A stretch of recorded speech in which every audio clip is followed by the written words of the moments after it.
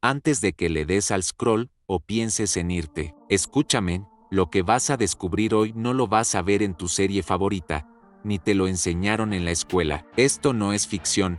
Es la historia real de niñas convertidas en guardianas de Roma. Y ya está, no hay votación, no hay quiero pensarlo, no hay mi mamá dice que no. Te llevan al templo, te cortan el cabello, símbolo de tu vida anterior, y lo cuelgan en un árbol sagrado como si fuera una ofrenda, porque a partir de ese momento, tú ya no eres una niña, eres propiedad del Estado, una especie de amuleto humano. A cambio, eso sí, te prometen privilegios, ropa blanca como la pureza que debes preservar, tronos en los juegos públicos, inmunidad ante la ley, incluso derecho a liberar prisioneros con solo tocarlos. El castigo es tan simbólico como sádico. Te entierran viva, y no en cualquier parte, pero hay un pequeño detalle: si rompes el voto de castidad, no vas a prisión, tampoco te destierran. Nona, en el campo Celerato, el campo infame, una parcela maldita al norte del foro. ¿Qué tan enfermo tienes que estar como sociedad para llamar a un lugar el campo del crimen y aún así usarlo como escenario ceremonial? ¿Y por qué tan drásticos? Porque, claro, los romanos eran maestros del ritual. No podían matar a una vestal directamente. Eso ofendía a los dioses. Así que diseñaron un castigo que lavara sus manos con elegancia. Sarcásticamente piadosos, los romanos se aseguraban de que su conciencia quedara limpia mientras el horror quedaba sellado bajo tierra. Solo la dejamos bajo tierra, sin salida, comida ni agua. Si muere, es porque Vesta así lo quiso. Sí, vivas. No la matamos nosotros, decían. Claro, ¿cómo no se me había ocurrido? Las fuentes antiguas, como Plutarco en su vida de Numa, confirman que el proceso era un espectáculo morboso con aroma a incienso y corrupción.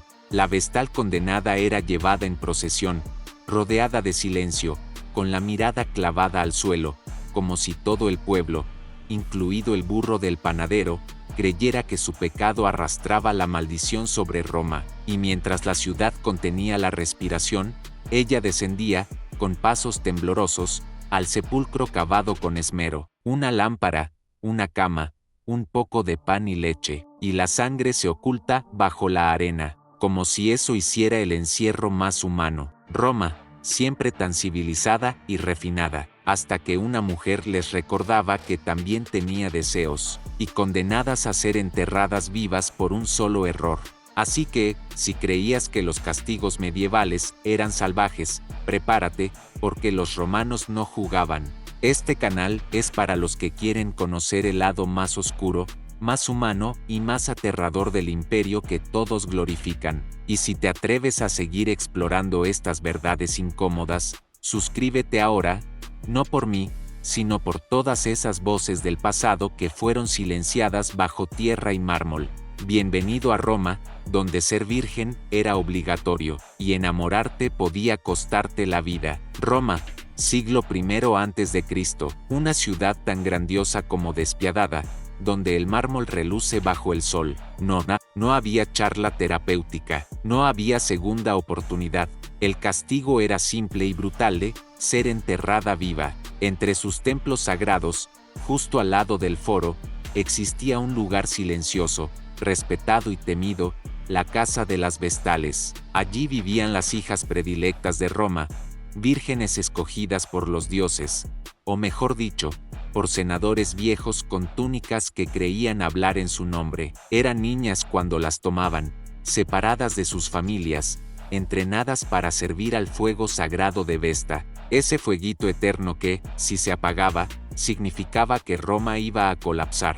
¿Dramático? Pues sí, pero Roma se tomaba su mitología como si fuera ley física, y en ese teatro de divinidad y paranoia, a las vestales se les exigía pureza absoluta, ni una caricia, ni una mirada, ni un pensamiento impuro. Su virginidad no era solo un asunto personal, era una especie de escudo mágico que protegía a toda la maldita ciudad. El problema, que si una de ellas, en un descuido de pasión, se enamoraba, no recibía una reprimenda. Roma era práctica y cruel, una combinación deliciosa para la tragedia. Imagina tener solo 6 años, y que un pontífice anciano, con más poder que el mismísimo César, te señale con su dedo arrugado y diga, tú serás vestal. Ahora imagina el silencio, no el silencio amable de una biblioteca, no, el silencio absoluto del encierro subterráneo, ese tipo de silencio que pesa en el pecho y empieza a gritarte por dentro. Esto no es una historia de mártires dulces ni de heroínas con coronas de flores, es la historia real, cruda, putrefacta, de lo que Roma hacía cuando una de sus vírgenes sagradas se atrevía, sacrilegio, a sentir algo parecido al deseo humano. Imagina esto. La acusación no llegaba de cualquier parte, a menudo era producto de la envidia, de las intrigas políticas o incluso de simples rumores. Investigar, interrogar, esperar pruebas, no seas ingenuo. ¿Y qué hacía el Estado? Esto es Roma, no una serie de juicios con toga y justicia equilibrada. Si la acusación llegaba a oídos del Pontifex Maximus, máxima autoridad religiosa, y, casualmente, también una figura política con intereses bien personales, la suerte estaba echada, la vestal era convocada en secreto, y aquí viene el primer golpe al estómago, ni siquiera se le permitía hablar en su defensa. Una chica callada, casta, una chica triste, culpable, ni un testimonio, ni un abogado, ni una audiencia pública, era declarada culpable por signos evidentes de que había roto su voto. ¿Y sabes qué contaba como evidencia? Un embarazo, claro, una mirada sostenida, una risa inoportuna, pero también una actitud distinta, incluso el simple hecho de que un hombre la hubiera visto sola, sin drama, porque Roma, señores, no llora por traidoras. O eso decía, qué conveniente. No, y cuando se decidía su destino, el proceso era de una teatralidad tan hipócrita que daría risa si no fuera tan horrendo. Era obligada a vestir su túnica blanca ceremonial. Sí, esa misma que simbolizaba su pureza. Nadie bajaba con ella, nadie tocaba su piel, nadie la acompañaba. Esa misma que le pusieron cuando era una niña y que ahora, irónicamente, le servía de uniforme para su ejecución. ¿Era inocente? ¿Roma se equivocó? En tiempos de superstición institucionalizada, una mirada malinterpretada podía valer más que la verdad. Era llevada por la ciudad en una procesión silenciosa, mientras el pueblo miraba desde las sombras. Nadie gritaba, nadie lanzaba piedras. Roma no se equivoca, Roma ajusta la narrativa, así que la enterraron igual. Así era el final de una vestal caída. Tranquilo, seguimos en el primer siglo. Aún hay más, mucho más, porque tocarla era tocar la impureza, la traición, la vergüenza nacional. Una vez dentro, los obreros, esos mismos que horas antes habían estado aplaudiendo en el circo o apostando en los dados, comenzaban a sellar la entrada con tierra y piedras. Una ejecución rápida, a lo sumo, el exilio, sin lágrimas. La realidad es que el pueblo miraba con una mezcla entre morbo y miedo, morbo por ver la caída de una de las intocables, y miedo por imaginarse el castigo, como el mármol que se pule y se cambia cuando se agrieta. ¿Quién sería tan idiota como para enamorarse de una vestal? Bueno, resulta que muchos, porque no faltaban los senadores con túnicas bien planchadas y moral líquida que, tras beber una copa de más, pensaban que conquistar a una virgen sagrada era el colmo del poder. La historia de la vestal Cornelia es una de las más brutales. Según Dionisio de Halicarnaso, Antigüedades Romanas, libro 2, fue acusada de perder su virginidad y, pese a suplicar su inocencia, la arrastraron al campo Celerato. Lo curioso y trágico es que, durante su condena, el fuego de Vesta se apagó. ¡Qué coincidencia! ¿No era ese fuego el símbolo de la pureza de las vestales? ¿Y no se suponía que si se apagaba, era porque una había roto su voto? Pero si ya la estaban enterrando, ¿entonces qué? Jamás lo admitirían, no importa si la acusación fue real o fabricada. Y claro, para el hombre involucrado, si es que lo identificaban a veces, había castigo, pero nada comparable, porque el cuerpo de una mujer era sagrado solo mientras sirviera al Estado. Después, era descartable, reemplazable, y así, Roma construía su gloria sobre los huesos de niñas convertidas en símbolos, y luego en amenazas. ¿Te suena familiar? Ahora escúchame bien, porque lo que viene no es para estómagos delicados ni para almas románticas.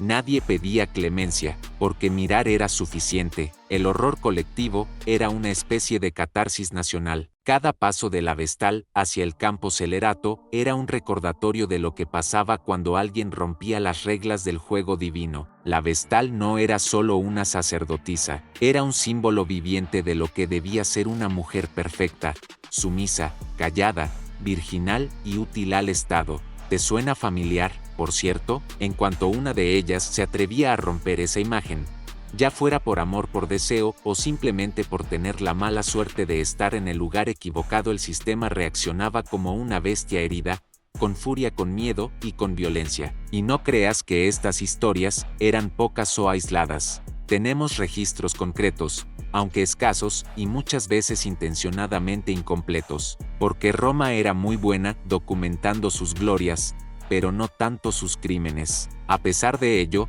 autores como Tito Livio nos cuentan que al menos en el año 216 a.C., durante una serie de desgracias militares, 2 vestales fueron halladas culpables de relaciones sexuales. Una fue enterrada viva, como ya sabemos. La otra se suicidó antes de que pudieran condenarla. Y Roma, claro, agradecida por el gesto, porque incluso en la muerte se esperaba decoro, y si no te mataban, te destruían la vida, como ocurrió en el año 114 a.C., cuando una serie de denuncias sacudieron a la casa de las Vestales. La acusación: varias de ellas habían mantenido relaciones con hombres influyentes, entre ellos el mismísimo Lucio Metelo. Lo irónico, lo cruelmente irónico, es que el castigo nunca resolvía nada, no restauraba la pureza, no calmaba la ira de los dioses. Se abría una fosa, el caso escaló, se convirtió en escándalo público,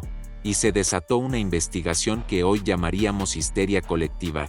Finalmente, 3 vestales fueron declaradas culpables, 2 fueron enterradas vivas, la tercera fue absuelta, porque claro, siempre hay una cuota simbólica de clemencia, para mantener la ilusión de justicia. En realidad, era una forma más sofisticada de tortura. El hambre se convertiría en delirio, quizás en 2 días, o 5, nadie lo sabía, nadie bajaba a mirar, sin contexto, solo notas al margen, porque eso era lo que quedaba de ellas, márgenes, anécdotas. No traía estabilidad, pero sí funcionaba como espectáculo, como advertencia. Al llegar al campo, el espectáculo era quirúrgico, un sepulcro preparado con una cama, una lámpara encendida, un poco de pan y leche, y ya. Esa era la compasión de Roma. Decían que se hacía así para no matar directamente a la Vestal, como si jamás hubiera existido, como si la pureza perdida contaminara incluso su recuerdo,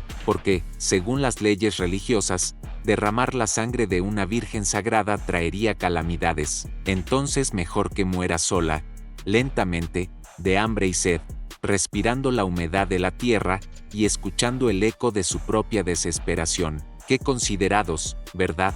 El encierro en un ataúd de piedra provocaría alucinaciones. Y aún así, lo más escalofriante no es el entierro, y la muerte llegaría sola, pero no deprisa, porque una vez sellada la fosa, estaba prohibido siquiera pronunciar su nombre. La Vestal desaparecía de la historia. En las fuentes antiguas, como Aulo Gelio en sus Noches Áticas, libro I, encontramos menciones breves y frías sobre estos castigos, sin emoción, fragmentos de lo que alguna vez fue una vida. Lo más escalofriante es que todo esto se hacía por el bien de Roma, por el equilibrio, por la tradición, porque si una Vestal rompía el voto, el fuego de Vesta se podía apagar, y si el fuego se apagaba, Roma caería. ¿Y sabes qué es lo mejor de todo? Que el fuego se apagaba cada tanto de todos modos, a veces por viento, otras por descuido, otras por simple casualidad. Pero claro, era más fácil echarle la culpa a una joven de 17 años que admitir que ni siquiera los dioses sabían ya lo que estaban haciendo. Así era Roma, un monumento al poder construido con belleza, y con cadáveres ocultos bajo cada piedra. Pero vayamos aún más profundo, como la fosa donde yacían las Vestales condenadas, porque lo que Roma ocultaba con mármol y solemnidad era, en realidad, una mezcla venenosa de fanatismo, machismo institucionalizado y una obsesión enfermiza con el control, como recordatorio de quién tenía el poder. El pueblo, al final, no lloraba por ellas, porque llorar por una vestal caída era cuestionar al sistema, de la gloria al oprobio, sin escala intermedia, y en Roma, cuestionar al sistema era casi tan peligroso como romper el voto. Por eso las llamaban vírgenes sagradas mientras estaban puras, y perras del caos cuando eran condenadas. Y aquí es donde el sarcasmo se hace inevitable.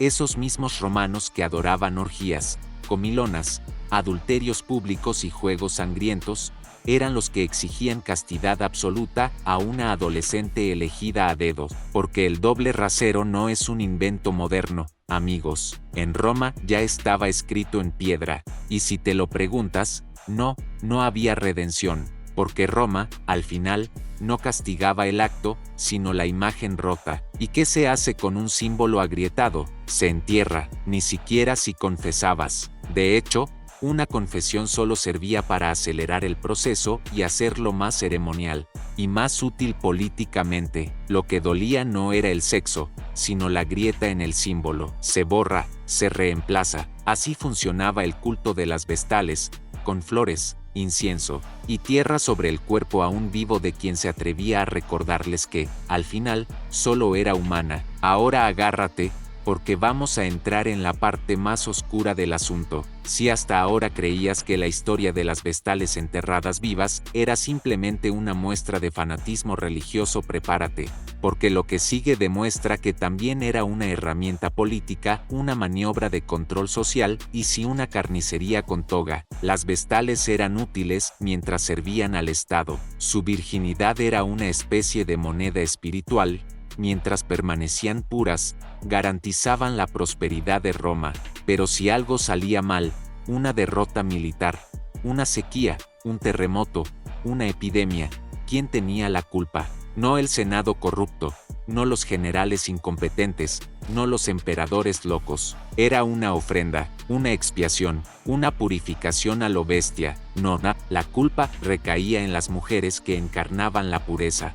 Porque claro, es más fácil culpar a una adolescente que a todo un sistema. Lo fascinante y escalofriante es que no siempre había pruebas de la supuesta traición. A veces, ni siquiera existía un amante. Bastaba con que la ciudad entrara en crisis y alguien dijera, debe ser que una vestal pecó, y ya está, la maquinaria se ponía en marcha. Sacerdotes, augures, senadores y pontífices comenzaban a buscar a la culpable. ¿Cómo? Por métodos tan científicos como tirar huesos de pollo, interpretar los sueños o mirar cómo volaban los cuervos. Bienvenidos al sistema judicial romano, una mezcla de superstición, política y misoginia. Y lo más grotesco es que el pueblo lo aprobaba, porque creían que sacrificar a una de ellas, enterrarla viva, lentamente, en silencio era un mal menor comparado con el caos que podía desatar un castigo divino. Entonces no era una ejecución.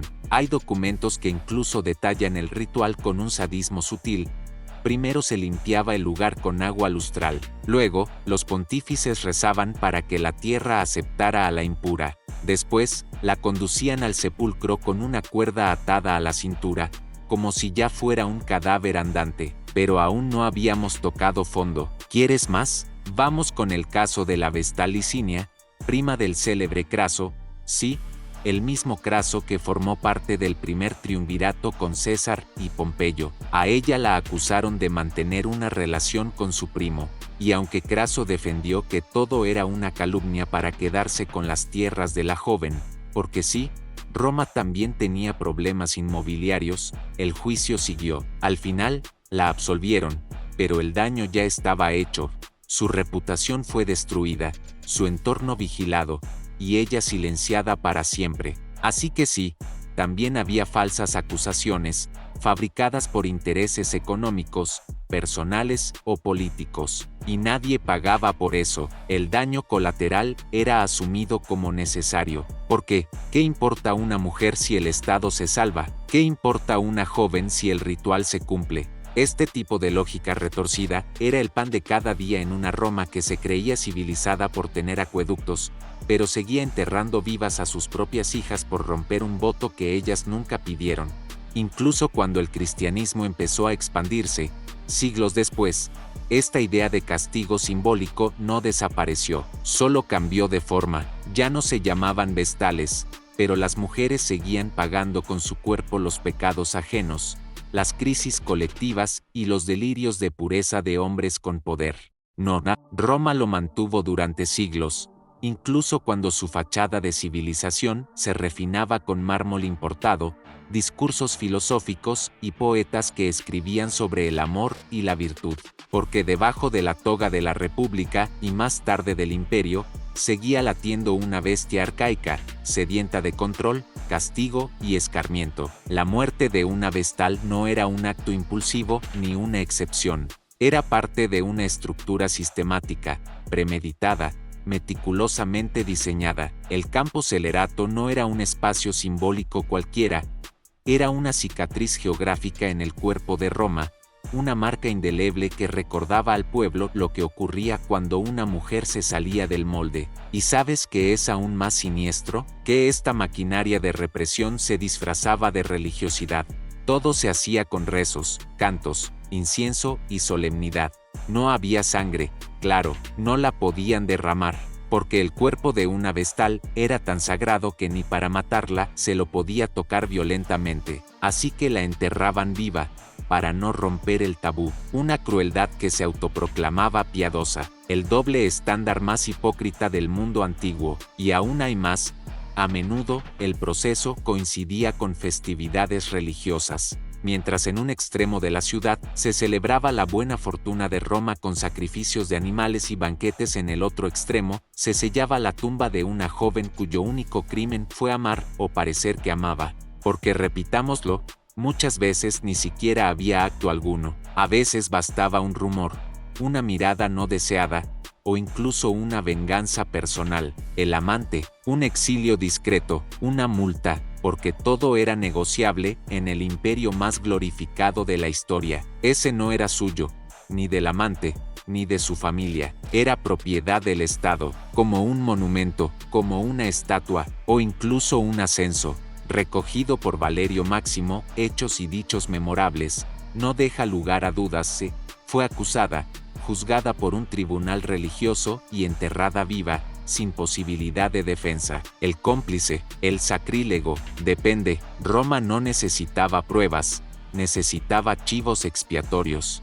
¿Y si se rompía? ¿Y sabes qué es lo más aterrador? Que muchas de ellas lo aceptaban, al hoyo, literalmente. Y qué mejor que una mujer joven, aislada del mundo, sin familia, sin aliados, y completamente sometida desde niña al culto estatal. Y mientras tanto, ¿qué pasaba con él? Si era de familia influyente, podía negociar. Ya es demasiado tarde, así que bajaban las escaleras de piedra sin resistirse, un poco más, hasta que el último rayo de luz desaparecía, y Roma volvía a dormir tranquila. Qué civilización tan brillante, ¿verdad? Porque sí, Roma también premiaba a veces a los hombres que violaban votos sagrados, si sabían a quién sobornar, excepto el cuerpo de la vestal, como una herramienta de propaganda. El relato de la vestal Emilia en el año 114 alto, pero años después, documentos del archivo de los pontífices revelaron que la acusación había surgido de un error en la interpretación de un augurio. ¿Y qué hizo Roma? Nada, se acostaban en la cama preparada y esperaban, porque cuando una sociedad convierte a una mujer en símbolo, ya no le permite ser persona, solo le permite ser perfecta, o mártir. Desde niñas, les enseñaban que su vida tenía sentido solo si era útil al templo. Les lavaban el cerebro con mitos de gloria eterna, de honor sagrado, de recompensa divina. Y claro, si desde los 6 años te repiten que tu cuerpo no te pertenece, sino que es un altar, ¿cómo vas a cuestionarlo a los 17 cuando te atan la túnica y te conducen al foso? No puedes. Entraban al sepulcro, mientras afuera, los sacerdotes cubrían la entrada con tierra, un poco más, pero no pienses que este ritual de horror era exclusivo del pasado más remoto. Ya estaba muerta. ¿Qué más daba? Y aquí viene una de las partes más perversas del sistema. No se hablaba de ellas después. Sus nombres desaparecían de los registros. No había estatuas, ni epitafios, ni homenajes. Las vestales condenadas eran borradas. El templo de Vesta seguía brillando. El fuego sagrado seguía ardiendo. Y las nuevas vestales eran entrenadas como si nada hubiera pasado, como si la anterior jamás hubiera existido. Silencio absoluto, como si hasta la memoria fuera impura. Pero, ¿cómo se puede vivir sabiendo que una de tus hermanas ha sido enterrada por el mismo sistema que ahora te venera? Pues porque no había opción. Desde niñas, se les educaba no para ser libres, sino para obedecer, para temer, para servir. ¿Suena extremo? Sí, pero funciona. La prueba está en que durante más de 1000 años, el culto de las vestales sobrevivió sin revueltas, sin protestas, sin fugas masivas, porque cuando conviertes la virtud en obligación, y la castidad en religión de Estado, lo que haces es fabricar esclavas con corona de flores, la que yacía bajo tierra, esperando que la lámpara se apague, bonitas, silenciosas y desechables. Y mientras tanto, los hombres con túnicas largas y anillos de oro seguían brindando en los banquetes. Por la pureza de Roma, decían, y todos aplaudían, menos una, porque no eran solo niñas inocentes, entregadas a los dioses. No, eran piezas políticas. Nadie sospecharía, al cruzar ese atrio perfumado, que allí dentro se decidían destinos que acabarían bajo tierra. Y mientras Roma seguía funcionando como una máquina de mármol y sangre, con sus legiones marchando por el mundo y sus oradores embelleciendo el horror con palabras rimbombantes, la casa de las vestales seguía tan impecable como siempre. Jardines cuidados, estatuas alineadas, columnas relucientes, porque esa era la magia, y la perversión de Roma, hacía que la violencia pareciera virtud. Pero una vez dentro, la niña dejaba de ser hija y se convertía en símbolo. Las vestales, vestidas de blanco, con la mirada baja y los labios cerrados, representaban todo lo que la ciudad quería ser: orden, pureza, control. Pero lo que ocultaba ese mismo control era una violencia estructural disfrazada de devoción. Y ahora vamos a desmontarlo del todo. Cada elección de una nueva vestal era una jugada estratégica. No había me equivoqué, había castigo ejemplar. Las familias competían por colocar a sus hijas en el templo, no porque las quisieran santas, sino porque querían influencia. Tener una hija vestal era tener acceso directo a los círculos de poder. No había familia patricia que no soñara con ello. Una adolescente criada en cautiverio siente emociones humanas, horror de horrores, muerte inmediata, y ahí es cuando el sistema se blinda, y todo volvía a comenzar. Cíclico, preciso, inhumano, ya no podía heredar, ni casarse, ni llorar. El dolor quedaba para después. Si acaso, eran entrenadas para caminar con gracia, hablar con mesura y, por encima de todo, no sentir. Y ese entrenamiento no era cualquier cosa, era constante, estricto, sin respiro. No había espacio para el error. Si una vestal rompía una norma menor, salir sin escolta, hablar demasiado alto, ser vista en público en horario indebido, recibía reprimendas internas. Pero si el fallo era mayor, léase, impureza sexual, aunque fuera solo sospechada, entonces entraba en escena la maquinaria letal. Lo más cínico de todo esto era que los mismos hombres que decidían su destino eran los que se encargaban de su aislamiento. Ellos las criaban en un entorno sin afecto, sin libertad, sin experiencias, y luego se escandalizaban cuando una de ellas buscaba amor o compañía. ¡Qué sorpresa! Porque nadie podía hablar con una vestal condenada una vez comenzado el proceso. Nadie podía visitarla, ni abrazarla, ni despedirse. Las otras vestales no podían intervenir. Si lo hacían, arriesgaban también su vida. Y así, una por una, iban desapareciendo en el silencio. Las reemplazaban rápido. Una nueva niña entraba, una túnica nueva se colocaba. Para los romanos, la muerte no era el castigo, el verdadero castigo era la deshonra. Por eso, cuando enterraban a una vestal, no mencionaban su nombre. El Pontifex Maximus, en el último acto del ritual, decía en voz alta la fórmula sacramental para devolverla a la tierra. Y ahí acababa todo, porque cuando hablamos de las vestales, no solo estamos hablando de Roma, estamos hablando de un sistema universal que ha mutado de formas, nombres y colores, pero que sigue teniendo el mismo rostro, el control absoluto del cuerpo femenino como símbolo de poder, como territorio ideológico, como propiedad pública. Las vestales no eran castigadas por placer, ni siquiera por romper el voto, porque, seamos honestos, los votos se rompían a diario en el Senado, en los cuarteles, en los burdeles. Una grieta en el monumento, una imperfección intolerable. Ellas eran castigadas porque lo suyo era una traición visible, y Roma, que se creía eterna, no podía permitirse imperfecciones, no por los dioses, por el ejemplo. ¿Qué pasa si una vestal ama, y si desea, y si, en lugar de ser una estatua de virtud, es una joven con sueños, miedos, preguntas? No, es mejor sellar la grieta con tierra, con silencio, con olvido. Entonces, hay que enterrarla, y que el polvo la borre antes de que el mito se agriete, porque si una vestal cae, la ciudad tiembla. Un recordatorio de que ninguna mujer debía olvidar su lugar, porque si una de ellas se atreve a romper el molde, que impide que las demás lo hagan, le temía a la mujer que no pedía permiso, y así, generación tras generación, el ciclo continuaba, con nuevos fuegos que arderían, vigilados por ojos temerosos, esperando no cometer ningún error, con nuevas niñas elegidas. ¿Y qué pasa si otras mujeres, las que están fuera del templo, ven eso, y también comienzan a cuestionar su papel?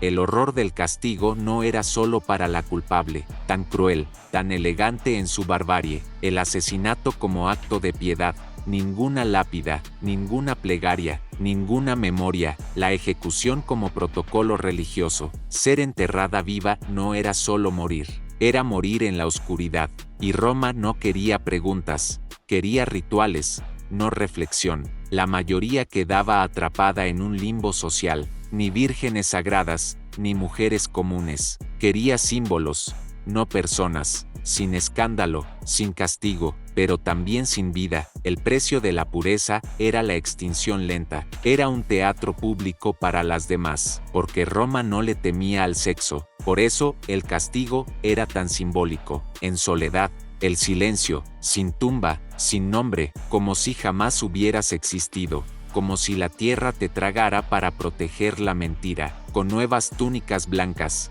porque sabían que si tropezaban, no habría misericordia, solo un foso, una lámpara, un trozo de pan, y el sonido de la piedra sellando la entrada para siempre. Y lo más grotesco es que Roma se felicitaba por su humanidad. No las matamos, decían, les damos comida, una cama, una lámpara, que mueran por voluntad de los dioses, no por nuestras manos. ¿Puedes creerlo? Se la sellaba bajo toneladas de piedra y polvo, porque si la ciudad recordaba, también debía preguntarse. Y ahora te digo algo que quizás te revuelva por dentro. A muchas vestales, incluso a las que no fueron castigadas, les esperaba un futuro igual de devastador. Porque cuando cumplían los 30 años, sí, 30, después de haber entregado toda su juventud al templo, podían, en teoría, abandonar la orden y casarse. Pero, ¿quién quería casarse con una mujer que llevaba toda su vida bajo reglas sagradas, sin experiencia, sin dote, sin historia? Muy pocas lo lograban, una especie de exvoto humano, útil mientras brillaba, molesto cuando envejecía. Así que, al final, muchas simplemente se quedaban, morían dentro del templo, y aún hoy, cuando los turistas caminan por las ruinas del Foro Romano y se maravillan con la casa de las vestales, nadie les dice que debajo de esos jardines hubo gritos, que en ese templo, entre flores y fuentes, se apagaron vidas enteras sin una sola gota de sangre derramada, pero con toneladas de humanidad enterrada. Y ahora llegamos al momento más incómodo de todos, el espejo. Y aún hoy, muchos historiadores, al hablar de las vestales, lo hacen con un tono romántico, como si fueran figuras poéticas, etéreas, casi mágicas. No lo eran, eran niñas robadas, convertidas en trofeos. Algunas lograron cumplir su servicio sin romper el voto, y aún así, vivieron entre el miedo y la represión. Otras, las menos afortunadas, murieron lentamente en un agujero, mientras arriba la ciudad seguía celebrando. Ninguno fue juzgado por impureza, ninguno fue eliminado por amar. ¿Quieres ironía? Muchos de los emperadores que gobernaron Roma eran depravados, asesinos, corruptos, locos de poder y sexo, pero ninguno fue enterrado vivo, y lo hace con aplausos, con incienso, con cantos, con tierra sobre una tumba sin nombre, porque Roma podía perdonar una guerra perdida, una traición política, un crimen sangriento, pero no podía perdonar una vestal enamorada, porque para ellos, eso no era un error, era una amenaza al orden del mundo, y cuando el mundo tiene miedo, entierra lo que no entiende, o lo que no puede controlar. Brillante, ¿no? Tan civilizados, tan cultos, tan romanos. Y aquí estamos, miles de años después, mirando las ruinas, leyendo las crónicas, intentando comprender cómo fue posible tanta brutalidad envuelta en toga y ley. Quizás lo más aterrador no es que enterraran vivas a las vestales, sino que esa historia resuena en ecos oscuros hasta hoy. ¿Serás tú? En culturas, sociedades y sistemas que siguen controlando cuerpos, censurando deseos y enterrando voces incómodas bajo capas de silencio y falsas virtudes. Roma nos dejó muchas cosas, leyes, arquitectura, poesía, pero también nos legó esa lección amarga: el poder sin límites es un monstruo que devora hasta su propia humanidad. La historia de las vestales enterradas vivas es un grito atrapado bajo la tierra, una advertencia sobre lo que ocurre cuando el miedo al desorden justifica la crueldad extrema. Y tú, que has llegado hasta aquí, tienes ahora una decisión. Puedes olvidar esta historia y dejar que se convierta en polvo, o puedes usarla para cuestionar las cadenas invisibles que aún nos atan. Porque cada vez que silenciamos a alguien, cada vez que aceptamos que el miedo justifique la represión, estamos haciendo un pacto con ese monstruo romano que enterraba vivas a sus vestales. Así que si quieres seguir explorando estas historias que desafían el mito, que desnudan la verdad detrás del poder y que revelan la sombra oculta de la historia, suscríbete, porque aquí no solo contamos historias, aquí encendemos luces en las zonas oscuras. Y recuerda, el pasado no está muerto, ni siquiera está pasado, está esperando que alguien lo saque de la tumba.